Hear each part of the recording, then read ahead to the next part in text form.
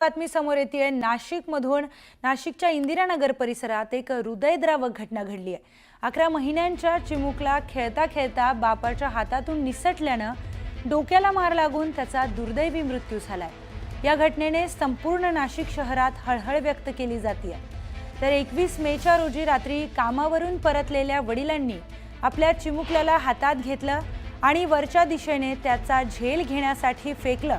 मात्र झेल घेता घेता जन्मदात्या पित्याच्या हातातून बाळ निसटलं आणि त्याच्या डोक्याला गंभीर दुखापत झाली।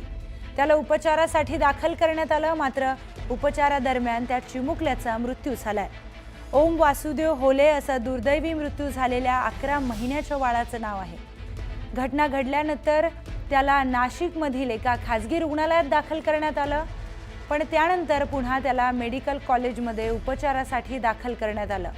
मात्र त्याच्या मेंदूला गंभीर इजा झाल्याने त्या बाळाचा मृत्यू झालाय। त्यामुळे होले कुटुंबावर आता दुःखाचा डोंगर कोसळला।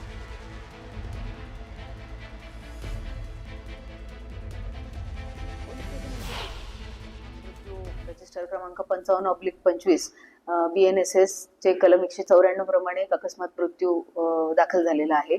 ओम वासुदेव होले, वय वर्ष 11 महिने।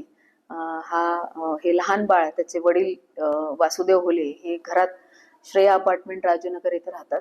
त्या ठिकाणी या लहान बाळाला खेळवत असताना दिनांक 21/5/2025 रोजी रात्री 8:30 वाजताच्या सुमारास वडील खेळवत असताना त्यांच्या हातातनं पडून त्याच्या डोक्यास मार लागून त्याला उपचारकामी दाखल केलं होतं चिरंजीव हॉस्पिटल नाशिक येथे। समोरची बातमी पाहूयात। तर तुम्ही राहत असलेल्या सोसायटीची लिफ्ट बंद पडल्याची तुम्ही पाहिली असेल, पण आज मंत्रालयाची लिफ्ट बंद पडली आणि मंत्रालयात 15 मिनिटं आमदार लिफ्टमध्ये अडकले होते। मंत्रालयाची लिफ्ट काही वेळेपूर्वी तांत्रिक कारणांमुळे अडकली आणि या लिफ्टमध्ये तब्बल 8 जण अडकले होते।